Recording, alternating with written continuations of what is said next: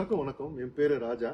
நடிகர் திலகம் சிவாஜி கணேசன் அவர்களுடைய நினைவு நாள் இன்னைக்கு. ஸோ அவருடைய புகைப்படம் 2 தரேன். அதை நீ வந்து ஒரு ஒரு இதை எடுத்துட்டு வந்தேன்னா, ஒரு காப்பி எடுத்துட்டு வந்த அப்படின்னாக்கா நம்ம இன்னைக்கு அவரை பத்தி பேசுவோம். எனக்கு ரொம்ப பிடிச்ச படம் பலே பாண்டியா. எனக்கு ரொம்ப ஒரு ஃபேவரட்டான ஒரு மூவி அது.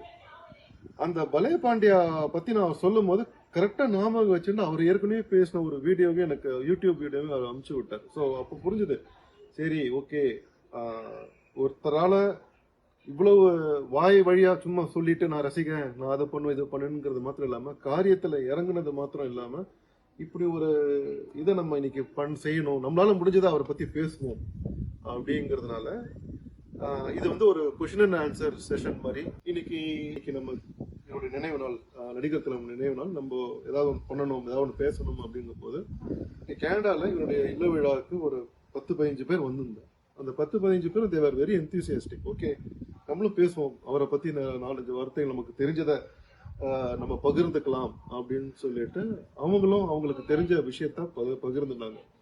ஸோ நடிகர் திலகத்துடைய புகழ் வந்து தமிழ்நாடு, இந்தியா அப்படிங்கிறதையும் கடந்து உலகளாவ அவர்களுடைய ரசிகர்கள் கண்டிப்பா இருக்காங்க. அதுவும் அவர் நயகராக்கு ஒரு நாள் மேயரா இருந்த பெருமைக்குரிய ஒரு தமிழர். அதை நினைவுபடுத்தும் விதமாக இன்று ஒரு 10-15 பேர் வந்திருந்தாங்க. அவங்களும் வந்து பேசினார். அவங்களுக்கு தெரிஞ்ச என்ன கருத்து தெரியுமோ நடிகர் திலகத்தை பத்தி கேள்விப்பட்டதை பேசினார். ராஜா மாதிரி ஒருத்தர் பேசும்போது எனக்கு ரொம்ப சந்தோஷமா இருக்கும். காரணம் என்னன்னா, நடிகர் திலகத்து ரசிகர்கள் நிறைய பேர் பார்த்தீங்கன்னா 60 வயசுக்கு மேலே, 70 வயசுக்கு மேலே, அந்த காலத்தில் என்ன அவர் 52 வந்துட்டாரு அப்படின்னு சொல்லுவாங்க. ஆனால் எனக்கு தெரிஞ்சு அப்படி இல்லை. இன்னைக்கு 20-25 வயசு பையங்கள்லாம் சிவாஜி கணேசனுடைய ரசிகர்களாக இருக்கிறார்கள். இன்றைக்கும் தேவர் மகன் முதல் மரியாதை மட்டுமல்ல, பழைய படம் பாக்யவதிங்கிற படத்தை பார்த்துட்டு, எங்கள் தங்கராஜா படத்தை பார்த்துட்டு 25 வயசு 30 வயசு பையன் தான் கேட்டிருக்கான்.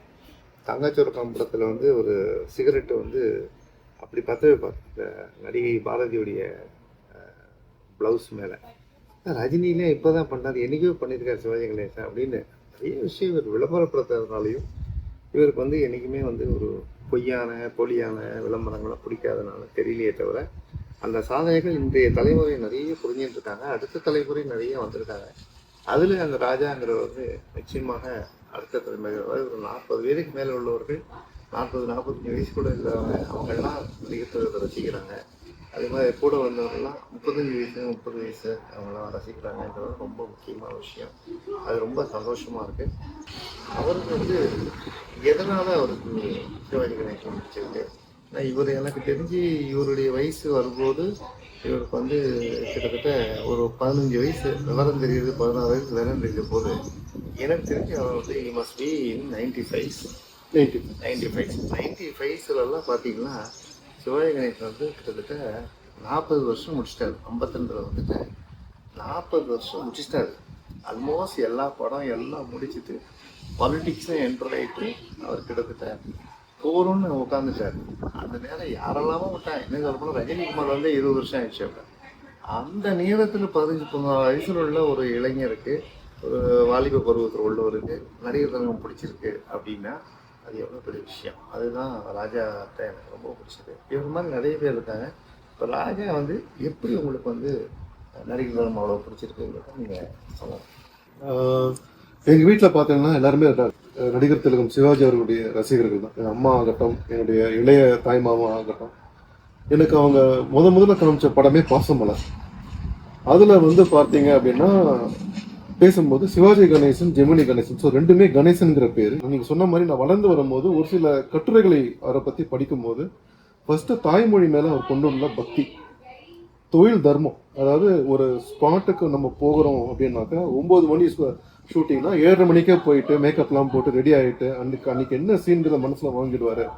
அவ்வளோ பங்க்சுவாலிட்டி, அந்த மாதிரியான ஒரு நல்ல விஷயங்களை வந்து அவரை பற்றி தெரியும் போது இன்னும் கூடுதலாக எனக்கு வந்து அவர் மேலே ஒரு மரியாதை ஏற்பட்டது.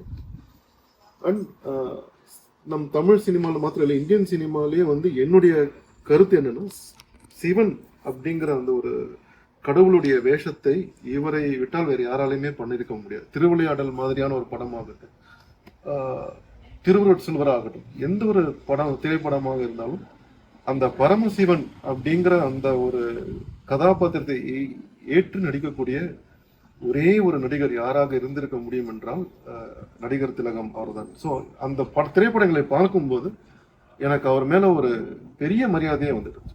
அந்த அந்த மாதிரியான ஒரு அதுக்கப்புறம் நான் அவருடைய படங்களை நான் ஒன்னொன்னா பாக்குறேன். அந்த நாள் ஆகட்டும், ஒரு நெகட்டிவ் கேரக்டர் பண்ணியிருப்பார். ரங்கோன்றாதாலையும் கிட்டத்தட்ட அதே மாதிரிதான்.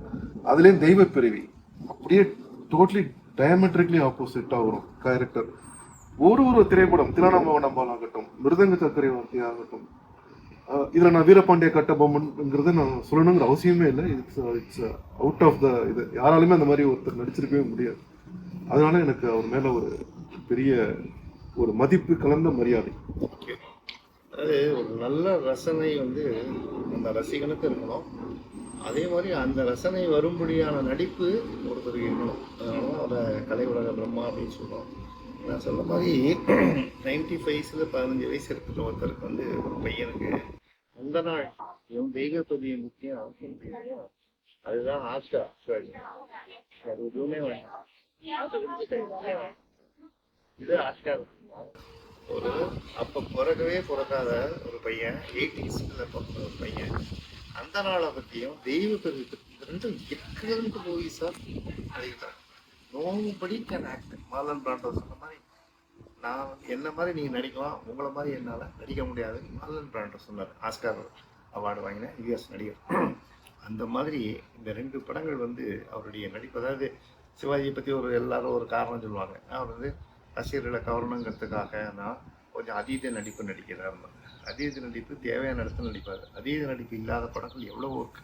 மோட்டர் சுந்தரமலை மாதிரி படங்கள் அந்த நாள் எடுத்துக்கொண்டாலும் சரி, தெய்வ பிறவி எடுத்துக்கலாம். ஸோ இந்த படங்கள் கட்டபொம்மன் எல்லாருக்கும் பிடிக்கும், திருவிளையாடல் எல்லாருக்கும் பிடிக்கும், கௌரவம் பிடிக்கும், வசந்த மாளிகை பிடிக்கும்.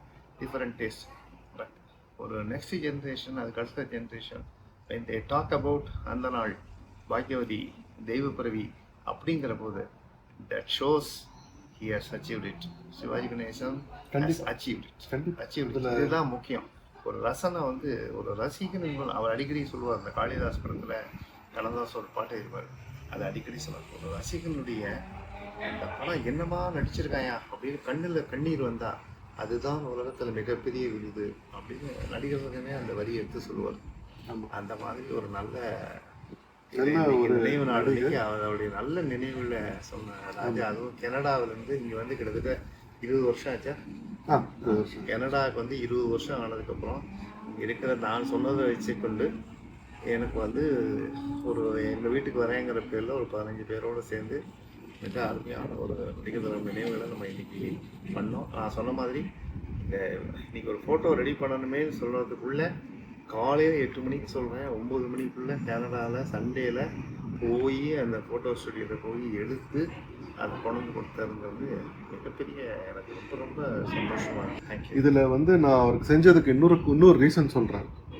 இவரை பற்றி வந்து நிறைய தப்பான ஒரு கேஸ் லைட் அப்படிம்பாங்க, ஒரு பொய்யான தகவல், உண்மைக்கு புறம்பான தகவல்கள். அதை வந்து ஒரு சில விஷயங்கள் கேட்கும்போது தான் எனக்கே ஆச்சரியமா இருந்தது. ஃபார் எக்ஸாம்பிள், காசு செலவு பண்ண மாட்டார், கஞ்சம் கருமி அப்படின்னாங்க. எம்ஜிஆர் தான் கொடைவள்ளல் அப்படிங்கிற மாதிரி ஒரு ப்ரொஜெக்ஷன் வந்தது. அது ஒருத்தன் ஒரு பொய் சொன்னா அது ஒரு பொய்யா போயிடும். ஆனால் ஒரு 100 பேர் 100 வாட்டி அது ஒரு பொய்யா 100 முறை அதை சொல்லும் போது அது யதார்த்தமாகிவிடும். ஆமா, இவர் காசை செலவு இவரும் விளம்பரம் தேடிக் கொள்கின்ற ஆள் இல்லை அப்படின்னு நீங்க சொன்ன மாதிரி தெரியாம போச்சு. அதுக்கப்புறம் நீங்க சொல்லியிருக்கீங்க இல்லையா, ஒரு யானையெல்லாம் தானமா கோயிலுக்கு 5 கோயில், ஆமா 5 கோயிலுக்கு தானமா யானையை கொடுத்தா அதெல்லாம் வெளியில யாருக்குமே தெரியாது. இந்த மாதிரி தெரிஞ்ச நபர்கள் யானை கொடுத்தாரு. ஆமா, அதனால இந்த மாதிரி ஒரு தொண்டு செஞ்சவங்களுக்கு வந்து நம்ம ஆற்றக்கூடிய ஒரு சிறு தொண்டு. அதே மாதிரி தேசியத்துக்காக அவர் பாடுபட்டது மாதிரி லால் பகதூர் சாஸ்திரி அந்த காலத்துல 60களில் 500 பவுன் இன்னைக்கு ரேட்டை எடுத்து பாருங்க. ஒரே ஒரு ஹேண்டிகேப்டுக்கு ஒரு சைக்கிளை கொடுத்துட்டு ஊருக்குறம் விளம்பரம் போட்டு உட்காந்துருக்காங்க இன்னைக்குள்ள நடிகர்கள்லாம். நான் தானம் செஞ்சா சொல்லிக்க விரும்பல அப்படின்னாலுமே கூட தவறான ஒரு தகவல்கள் வரும்போது அதை எடுத்து சொல்வதுல தவறு கிடையாது.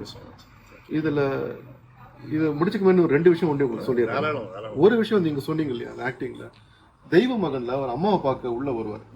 அது வரும்போது கொஞ்சம் கூட கண்ட தண்ணியா வராது, ஆனா அந்த எமோஷன்ஸ் மாத்திரம் ஒரு இதை கொடுத்து நடிப்பார். அது ஒண்ணு. எனக்கும் ஃபேவரட் சீன் வந்து என்னன்னா கௌரவத்துல வந்து அந்த சின்ன சிவாஜி வீட்டு விட்டு கிளம்புனதுக்கு அப்புறம் வந்து கையில ஒரு லைன் எடுத்துட்டு வருவாரு. எப்படி அவன் அப்படின்னு நானும் என் பையனை கம்ப்யூட்டர் கேம்ஸ் ஆடுவோம். கம்ப்யூட்டர் எப்பவுமே போட்டு வரும். ஸோ நான் வந்து என்ன பண்ணா பையனை சுற்றில நினச்சி விட்டுறேன். அவன் கோவத்துல இறங்கி போயிடுவான். ஸோ நான் நல்லா விளையாடிட்டு விட்டு கேட்பேன், எங்கடி அவன் அப்படின்பா. அவன் மாடிக்கு போயிட்டான் கோச்சுட்டும்பா. அவன் விளையாடலாம், நான் விளையாடக்கூடாதா அப்படின்பேன். அப்படியே இந்த கௌரவ சீன் வரும். அப்படியே இந்த டிவியில பால் ஊட்டி வளர்த்த கேள்வி பாட்டு போடும். இது கொஞ்ச நாளா பையனுக்கு விவரம் தெரியற வரைக்கும் இது ஒரு நல்ல ஒரு டிராமா. முதல்ல எனக்கு புரியல எப்படி அவன் அப்படின்னு கேட்டா, முதல்ல ரொம்ப சீட்ஸா இருந்தோம். அதுக்கப்புறம் சீனை போட்டு காமிச்சு நம்ம இப்படிதான் பண்ண போறோம் அப்படின்னு உடனே ஒவ்வொரு வாட்டியும் அது அரங்குறோம் எங்க வீட்டுல.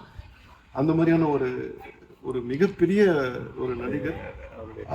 அவரை பத்தி நான் உங்ககிட்ட நிறைய கத்துன்றேன். இந்த ஒரு கொஞ்ச நாள்லயே வந்து நிறைய சொல்லியிருக்கீங்க. அவருடைய சினிமா வாழ்க்கை ஆகட்டும், டிஎம்எஸ் அவர் எப்படி சந்திச்சார், டிஎம்எஸ்க்கு எப்படி வாய்ப்பு கொடுத்தார் அப்படிங்கறது முதற்கொண்டு, இந்த யானைகளை தானம் கொடுத்தது முதற்கொண்டு, அதுக்கு நான் செஞ்ச ஒரு சிறு மரியாதை அவ்வளவுதான். நான் இதுக்கு சந்தர்ப்பம் கொடுத்த உங்களுக்கு என்னுடைய எங்க அப்பாவுக்கு வந்து ரொம்ப பிடிச்ச படம் வந்து முதல் மரியாதை. ஆக்சுவலி சிவாஜி கணேசன் ரொம்ப ரொம்ப பிடிக்கும் எங்க அப்பாவுக்கு. அதுல வந்து ரொம்ப பிடிச்ச படம் நிறைய எங்க அப்பா உட்கார்ந்து படம் பார்த்திருக்கார் அப்படின்னாக்க அது வந்து முதல் மரியாதை. ஸோ அந்த ஏஜ்ல அவ்வளோ வெயிட் போட்டாலும் அந்த ஃபேஸ்ல அந்த ஆக்டிங் அதெல்லாம் ரொம்ப நல்லா வரும். இப்போ நிறைய பேர் படத்தை பார்க்கவே முடியறது இல்லை நம்மளால. ஆனா இந்த படம் வந்து வாஸ் ரியலி எப்படி சொல்றது, ரொம்ப ரொம்ப ரொம்ப நல்லா இருந்தது. கடைசி சீன்ல கூட அந்த கடைசியில அந்த ராதா வர வரைக்கும் அவர் கையில வந்து அதை வச்சுண்டு ஒரு இது மாதிரி தாயத் மாதிரி வச்சுண்டு அவங்க வந்ததுக்கு அப்புறம் அதை கீழே போட்டு உயிரை விடுற மாதிரி அந்த துடிச்ச சீக்ஸ்ல அந்த துடிப்பு, அது எல்லாமே வந்து அந்த நடிப்பு நிச்சயமா யாராலையுமே பண்ண முடியாது. ஸோ எனக்கு ரொம்ப ரொம்ப பிடிக்கும். நேக்கு பர்சனலா ரொம்ப பிடிச்ச படம்னா அது வந்து திருவிளையாடல். பகவான்னா இப்படித்தான் இருக்கணும் அப்படிங்கிற அளவுக்கு இருக்கிற படம் அது. எனக்கு ரொம்ப பிடிச்ச படம். ஸோ என் பையன் இங்கேயே பிறந்து வளர்ந்தாலும் சினிமால சுவாமிய மத்தபடி கதை சொல்றதை விட சினிமாவா பார்த்தா இன்னும் நிறைய கிரகிச்சுப்பாங்கிறதுனால அவனுக்கு இந்த படத்தை உட்கார வச்சு நான் அடிக்கடி போட்டு காமிப்பேன். ஸோ அவனும் அந்த சீன்ஸ் டோட்டல் படம் ஒரே நேரத்துல அவனுக்கு புரியாது, பட் கொஞ்சம் கொஞ்சமா போட்டு காமிச்சு so he got interested in it. அதுக்கப்புறம் தான் he started reading all the Amar Chitra Kathas about the goddesses பத்திலாம் படிக்கிற அளவுக்கு ஹி காட் இன்ட்ரெஸ்டட். சிவன் ரொம்ப பிடிக்கும். ஏன்னா ஹி ஆல்சோ திங்ஸ் சிவன்னா சிவாஜி கணேசன்ங்கிற அளவுக்கு வர மாதிரி he started reading the books. இதுல ஒரு விஷயம் சொல்றேன், சிவன் தான் சிவாஜிங்கிறது புதுசு இல்லை. இந்த படம் வந்த போது 1965 இந்த படம் ரிலீஸ் ஆச்சு. அவன் ரொம்ப சின்ன வயசு, அப்போ 7 வயசு. அந்த 65 ரிலீஸ் ஆகும்போது அப்போ வந்து தமிழ்நாட்டில் ஆட்சியே மாறுறது, அதாவது காங்கிரஸை விட்டு திமுக ஆட்சி அமைப்பு. அவங்களுக்கு கடவுள் நம்பிக்கை கிடையாது, தேசியம் தெய்வீகம் அவ்வளோ கிடையாது, தனி திராவிட நாடு வேணும்னு கேட்டாங்க. எம்ஜிஆர் வேற ஃபுல்லாக கூட வந்தார், 7 வருஷம் வெளில போனாங்க. அவங்கெல்லாம் இருக்கும்போது எங்கள் வீட்டு பிள்ளைன்னு ஒரு படம் அதே நேரத்தில் வந்தது. அந்த படம் ஓடுனது. அதை விட பாக்ஸ் ஆஃபீஸ் ஹிட் எதுன்னா திருவிளையாடல். இந்தியா பூரா ஓடுனது, இலங்கையில் ஓடுனது, மலேசியாவில் ஓடுனது, சிங்கப்பூரில் ஓடுனது. அவ்வளவு ஒரு பாக்ஸ் ஆஃபீஸ் திருவிளையாடல் ஏன் வந்ததுன்னா அந்த ஆன்மீகத்தை அவ்வளோ அடக்கலாம். என்னைக்குமே நம்ம நடிகர்களுக்கு நன்றி சொல்கிற மாதிரி ஏபி நாராயணன் நன்றி சொல்லணும். அவர் எடுத்த அத்தனை படங்கள் திருவுருள் செல்வர், திருமால் பெருமை, கந்தன் பெருமை, அதே மாதிரி நிறைய சரஸ்வதி சௌதம், எவ்வளோ படங்கள் எடுத்தாரு. இதெல்லாம் யாராவது எடுக்க முடியுமா? அப்படி எடுத்தார். அது ஏன் இந்த உதாரணம், எப்படி உன் கையை வந்து சிவஜி தான் சிவன் நினைச்சுக்கிறாரு அப்படின்னா, கிருபானந்த வாரியார் அந்த காலத்துல பெரிய உபன்யாசிகர், நிறைய கூட்டம் அவருக்கு வரும். அவர் வந்து கதை சொல்லும் பொழுதே லெக்சர் நடக்கும் போதே ஏகாபுர பையன்கள்லாம் சின்ன குழந்தை மாணவர்கள் ஒரு கேள்வி கேட்பார். அவர் பேசின வச்சு யாரு நல்லா சொல்றாங்களோ அவங்களுக்கு புத்தகம் பரிசா கொடுப்பார். அப்ப இந்த படம் வந்த நேரம் அவர் வந்து சிவபுராணம் கதை பேசியிருக்காரு. பேசிய உடனே சொல்றாரு, பார்வதியுடைய கணவர் பேர் என்ன அப்படின்னு கேட்கிறாரு. உடனே ஒரு பையன் எழுதிச்சு சிவாஜி. உடனே அவருக்கு பரிசு கொடுத்துருக்காரு. உடனே பக்கத்துல உள்ளவங்க கேட்கறாங்க, நீங்க சிவாஜின்னு போய் சொல்றது, அதுக்கு நீங்க பரிசு கொடுத்துருக்கீங்க. அவர் சொன்னது சரிதானப்பா, பார்வதி கணவர் சிவாஜி தான். சிவாஜியா? அவர் சினிமாவில் நடிச்சதுதான் சொல்லியிருக்காங்க. இல்லை, நம்ம பெரியவங்களை எப்படி கூப்பிடுவோம்? மரியாதையா கூப்பிடுவோம். நேருஜி, சுபாஷ்ஜி அப்படிதான் நம்ம கூப்பிடுவோம். காந்திஜி. அவன் வந்து லார்டு சிவாவா சிவாஜின்னு மரியாதையா சொல்லியிருக்கான் அப்படின்னு வாரியார் சொன்னாலும். ஸோ அந்த ஆன்மீகத்தை பெரியவங்களுக்கு மட்டும் இல்லாம குழந்தைகளுக்கும் கொண்டு சேர்ந்த பங்குல மிக மிக முக்கியமான பங்கு சிவாஜி. பேசிட்டு உங்க பையனை பத்தி சொல்லும்போது இந்த இன்சிடென்ட் ஞாபகம். கண்டினியூ. தேங்க்யூ. எனக்கு இன்னும் ரொம்ப பிடிச்ச இன்னொரு படம் வந்து படிக்காதவன். அந்த படத்துல வந்து சிவாஜி கணேசனுடைய ஆக்டிங் வந்து ரொம்ப ரொம்ப ரொம்ப சூப்பர். ஆக்டிங்கே சொல்லக்கூடாது, அவ்வளவு தூரத்துக்கு கதாபாத்திரத்துல ஒன்றிய மாதிரி இருக்கும். சோ இந்த சீன் வேர் ஒரு தம்பி வந்து will be the accused and one தம்பி will be the witness and இவர் வந்து ஜட்ஜா உட்கார்ந்து அங்க பேசறச்சு அந்த அந்த ஒரு ஒரு ஃபீலிங்கோட அந்த டயலாக் ரெண்டர் பண்ணுவார். It was wonderful. அந்த அந்த ஃபீலிங் வந்து நாட் ஒன்லி இந்த dialogue but also in his face அந்த இது தெரியற மாதிரி. So it's like he is not acting but he is living the மொமெண்ட்ங்கிற மாதிரி இருக்கும். ரஜினிகாந்த் வந்து ஆல்மோஸ்ட் 20 இயர்ஸ் இருந்திருக்கும் இல்லையா திபர். அப்போ வந்து என்னன்னா அப்போ கூட சிவாஜி கணேசனுடைய நடிப்பு வந்து was really it was class அப்பார்ட்ங்கிற மாதிரி ரொம்ப ரொம்ப ரொம்ப நன்னா இருந்தது. That was also one of my best films. நிறைய படம் பார்த்திருக்கேன், சட்டுன்னு எனக்கு எல்லாமே ஞாபகம் வரல. பட் வந்து இப்போ இருக்கிற காலகட்டத்தோட படத்தை நாங்க பாக்குறதே இல்லை. அதனால எப்போ நாங்களுக்கு வேணுமோ we go back to the old movies and see those. அந்த including if you could say the பலே பாண்டியா, அந்த ஜோக்ஸ், அந்த இதெல்லாம் ரொம்ப பிடிக்கும். பாடடி பொன்னே தேவ காலடி மண்ணே தெற்கு திச ஆண்ட மன்னரினந்தா முக்குலத்தைச் சேர்ந்த தேவர் மகந்தா போட்டி பாடடி பொன்னே தேவர் காலடி மண்ணே.